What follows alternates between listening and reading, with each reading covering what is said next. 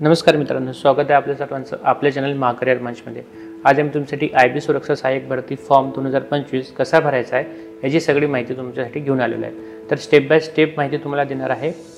सगळे स्क्रीनशॉट्स आम्ही टाकलेले आहेत जेणेकरून तुम्हाला कुठलीही अडचण येणार नाही आणि तुम्ही फॉर्म सहजपणे भरू शकाल। तर व्हिडिओला शेवटपर्यंत नक्की बघा। चला तर मग सुरू करूया। जसे की तुम्ही स्क्रीनवरती बघू शकता, सर्वात प्रथम तुम्हाला इथे एक URL भेटेल, ती तुम्हाला डिस्क्रिप्शन बॉक्समध्ये पण दिलेली आहे। ती तुम्हाला तुमच्या कुठल्याही ब्राउझर, क्रोम, एज कुठल्याही ब्राउझरवरती ते टाकायची आहे आणि ते टाकल्यानंतर एंटर केल्यानंतर तुम्हाला ही विंडो दिसणार। या विंडोमध्ये जसं की तुम्ही बघू शकता की जनरल लिंक्सचा जो ऑप्शन आहे तिथं तुम्हाला 4 ऑप्शन्स भेटतील। Read advertisement, frequently asked question, already register आणि टू रजिस्टर। तर टू रजिस्टरमधले जायचं आहे आणि इथं जिथं क्लिक हेअर दिसत आहे तिथं तुम्हाला क्लिक करायचं आहे। क्लिक केल्यानंतर सर्वप्रथम तुम्हाला ती रजिस्ट्रेशन इथं करायचं आहे मोबाईल आणि ईमेल ID थ्रू।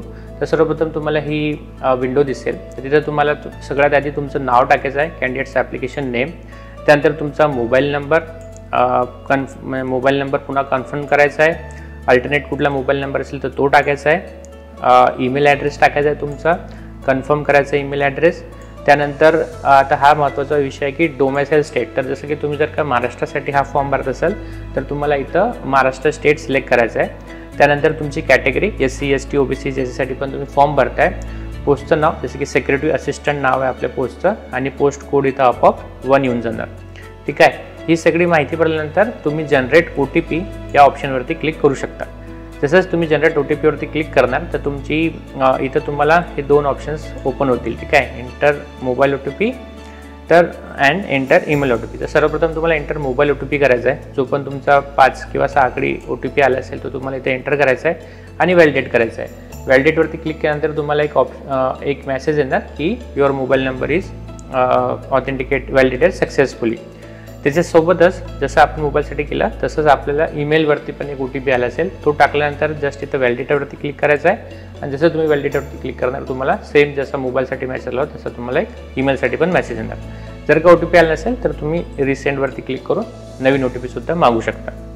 ठीक आहे, मोबाईल आणि ईमेल रजिस्ट्रेशन झाल्यानंतर, व्हॅलिडेशन झाल्यानंतर पेजच्या शेवटी तुम्हाला जे स्टेप 4 दिसते ना त्यात यायचं आहे। त्यात तुम्हाला इथं फक्त आय ॲग्रीवरती क्लिक करायचं आहे। तुमचा इथं कॅप्चा नंबर टाकायचा आहे जो पण तुम्हाला दिसत असेल, मे बी कुठलाही नंबर इथं आलेला असेल तो तुम्हाला टाकायचा आहे आणि रिव्हेरीफायवरती क्लिक करायचं आहे। जसं तुम्ही रिव्हेरीफायवरती क्लिक करणार तुम्हाला ही विंडो ओपन होणार जिथे तुम्हाला जे बेसिक्स आपण इन्फॉर्मेशन टाकली होती, जसं की आपलं नाव, मोबाईल नंबर, ईमेल ॲड्रेस, आपलं स्टेट, डोमेसाईल स्टेट आणि कॅटेगरी आणि पोस्ट नेम, तर हे सगळं तुम्हाला इथं पॉपअप होणार।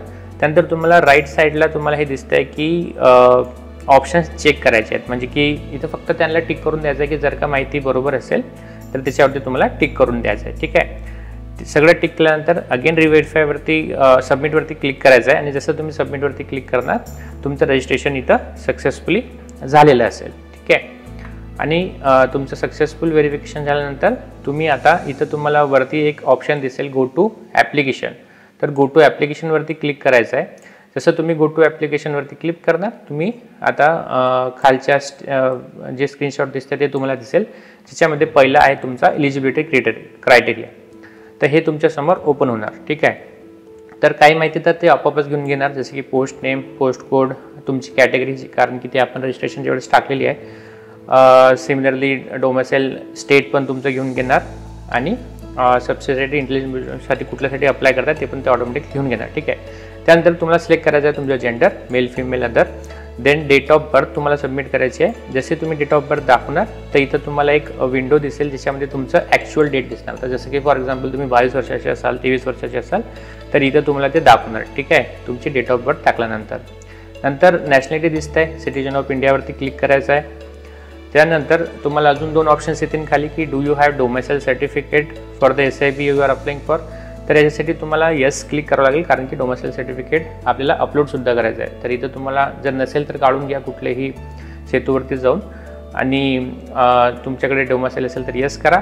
आणि आता इथं तुम्हाला डिफरंट ऑप्शन्स भेटतील तुमच्या डोमेसाईल सर्टिफिकेट अनुसार, मतलब तुमच्या रिजनल अनुसार।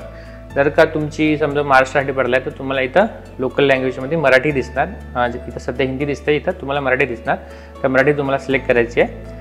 त्यानंतर तुम्हाला खाली आता पर्सनल डिटेल्स दिसत आहेत, पर्सनल डिटेल्समध्ये ऑटोमॅटिकच तुमचं कॅन्डिडेटचं नाव, फादर नेम तुम्हाला इथे टाकावं लागणार, नाव तर आलेलं असेल ऑटोमॅटिक, फादर नेम तुम्हाला टाकावं लागणार, देन तुमच्या मदरचं नेम, देन तुमचं मॅरिटल स्टेटस, मॅरिड किंवा अनमॅरिड, देन तुमचं रिलिजन जे पण असेल, आणि मोबाईल नंबर, ईमेल ॲड्रेस इथं ऑटोमॅटिकली आलेला असेल. ठीक आहे, आलेलं नसेल तर तुम्हाला इथे टाकावं लागेल. हे झाल्यानंतर तुम्हाला नेक्स्ट आता करायचं सेंटर सिलेक्शन. ठीक आहे, तर 5 सेंटर तुम्ही निवडू शकता.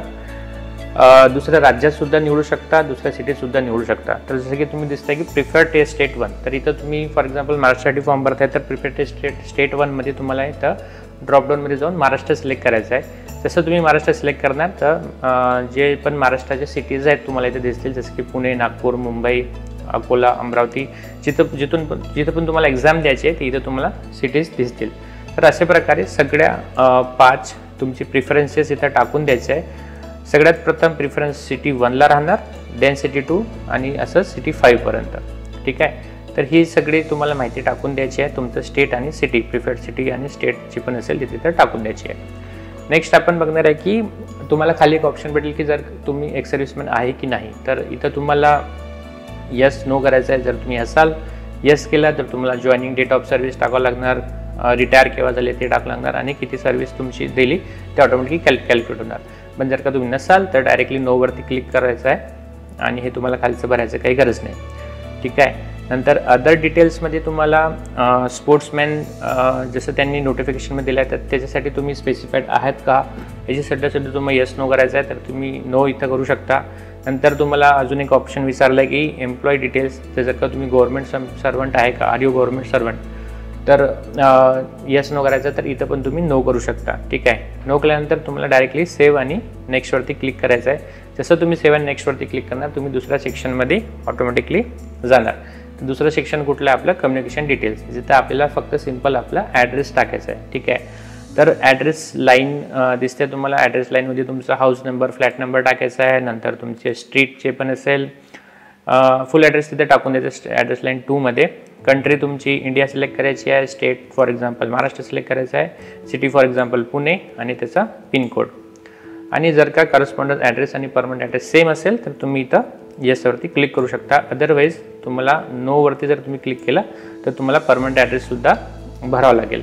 आणि जर का तुम्ही येस केलं तर ते ऑटोमॅटिकली तुमचं परमनंट ॲड्रेस सेम करस्पॉन्डंट ॲड्रेससारखं भरून जाईल. त्यानंतर सबमिट क्लिक केल्यानंतर तुम्ही अगेन आता क्वालिफिकेशन डिटेल्समध्ये येणार. तर बेसिकली इथं तुम्हाला तुमचं जे पण एज्युकेशनल क्वालिफिकेशन त्याची सगळी माहिती टाकायची आहे. तर जसं तुम्ही बघू शकता की नेम ऑफ बोर्ड तुम्हाला आधी टाकायचं आहे, नंतर month and year of passing टाकायची आहे, तुमचं स्कूल किंवा इन्स्टिट्यूटचं नाव टाकायचं आहे. इथं सब्जेक्ट कॉम्बिनेशन दिसतं आहे, तर तुम्हाला 10वीत जे पण विषय होते जसे की तुमचं मराठी झालं, then English, maths, social science जे पण तुमचे सब्जेक्ट असतील ते त्यांची माहिती इथं कॉमा करून इथं टाकून द्यायची आहे. ठीक आहे, क्वालिफाईड आहेत का, तर yes, then please select any of the following.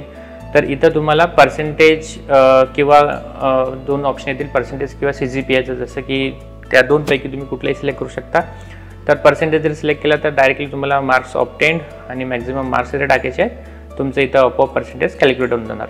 पण जर का तुम्ही SGPA किंवा CGPA सिलेक्ट केला तर तुम्ही एकदा गुगलवरती कॅल्क्युलेटर भेटतं, त्याच्या अकॉर्डिंग तुम्ही इथं सेम कॅल्क्युलेशन करून इथं टाकू शकता.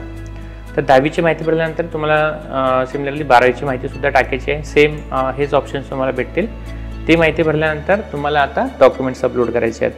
तर सर्वप्रथम तुम्हाला तुमचं scan copy of your recent passport size photo टाकायचा. तर हे जरूर लक्षात ठेवा की रिसेंट पासपोर्ट फोटोज पाहिजे. नंतर तुम्हाला जर का प्रोग्राम काही एरर्स येत असतील तर JPG PNG फॉर्मॅटमध्ये फोटो चालतो त्यांना. तर काही प्रॉब्लेम येत असतील तुम्ही त्याला रिसाईजसुद्धा करू शकता. गुगलवरती कुठलं एखादा टूल यूज करून तुम्ही त्याला रिसाईज करू शकता. सिमिलरली सिग्नेचरसाठी तुम्ही स्कॅन कॉपी तुमच्याकडे असेलच ती तुम्हाला अपलोड करायची आहे. आणि ज्या स्टेटचं तुम्ही डोमेसाईल सर्टिफिकेट असेल फॉर एक्झाम्पल महाराष्ट्र, तर तो इथं तुम्हाला अपलोड करायचा आहे. तर हे सगळं तुम्ही PNG, JPG आणि PDF फॉर्मॅटमध्ये सबमिट करू शकता. त्यानंतर तुम्हाला खाली इथं पेमेंट डिटेल्स दिसेल. तर इथं तुमचं नाव असेल, नंतर तुमचं रजिस्ट्रेशन फी असेल आणि फीचं ब्रेकडाऊन दिलेलं असेल. जर का तुम्ही ओपन कॅटेगरीतून फॉर्म भरताय तर तुम्हाला 650 रुपये इथं दिसतील. नेक्स्ट तुम्हाला अगेन खाली काही चेकबॉक्स दिसतील, त्यांना सगळ्यांना क्लिक करायचं आहे. इंडिव्हिज्युअली जाऊन आय ॲग्रीवरती क्लिक करायचं आहे. नंतर तुम्हाला इथं कॅप्चा टाकायचा आहे आणि तुम्ही इथं प्रिव्ह्यू सबमिट बॅक 3 ऑप्शन्स तुम्हाला दिले. तर प्रिव्ह्यू केल्यानंतर तुम्हाला फॉर्म दिसून जाणार की तुम्ही कसा फॉर्म भरला आहे. सगळी तुमची माहिती जसं की पर्सनल डिटेल्स, एज्युकेशनल डिटेल्स सगळी माहिती तुम्हाला एकदा ते फॉर्मचे प्रिव्ह्यू तुम्ही करू शकता आणि ते केल्यानंतर तुम्ही सबमिटवरती क्लिक करू शकता. जसं तुम्ही सबमिटवरती क्लिक करणार तसं हे तुम्हाला 2-3 ऑप्शन्स देतील, UPI, नेट बँकिंग एक्सेट्रा. म्हणजे ऑनलाईनच फॉर्म ऑनलाईनच फी भरायची आहे. तर फॉर एक्झाम्पल तुम्ही UPI सिलेक्ट केलं तर तुम्ही जे पण UPI जी मेथड यूज केली, तर फॉर एक्झाम्पल तुम्ही SBI यूज करताय UPIसाठी, तर ते तुम्हाला त्या विंडोवरती घेऊन जाणार. तुम्ही QR कोड पण तुम्हाला तिथं भेटेल, तर QR कोड स्कॅन करून तुम्ही तुमचं पेमेंट करू शकता. तर जसं तुम्ही सबमिट करसाल तर तुमचा फॉर्म भरलेला असेल, तुम्हाला एक ईमेलवरती नोटिफिकेशन पण येणार की तुमचा फॉर्म सबमिट झाला आहे, तुमचं ॲप्लिकेशन सबमिट झालं आहे, पेमेंट रिसिव्ह झालेली आहे आणि त्या फॉर्मची तुम्ही कॉपी डाउनलोड करून तुमच्याकडे ठेवू शकता. तर मित्रांनो, ही सगळी माहिती होती IB असिस्टंट ब्युरोची की कसा फॉर्म भरायचा आहे. जर का तुम्हाला माहिती आवडली असेल तर व्हिडिओला लाईक करा, शेअर करा आणि चॅनलला सबस्क्राईबसुद्धा करा. धन्यवाद.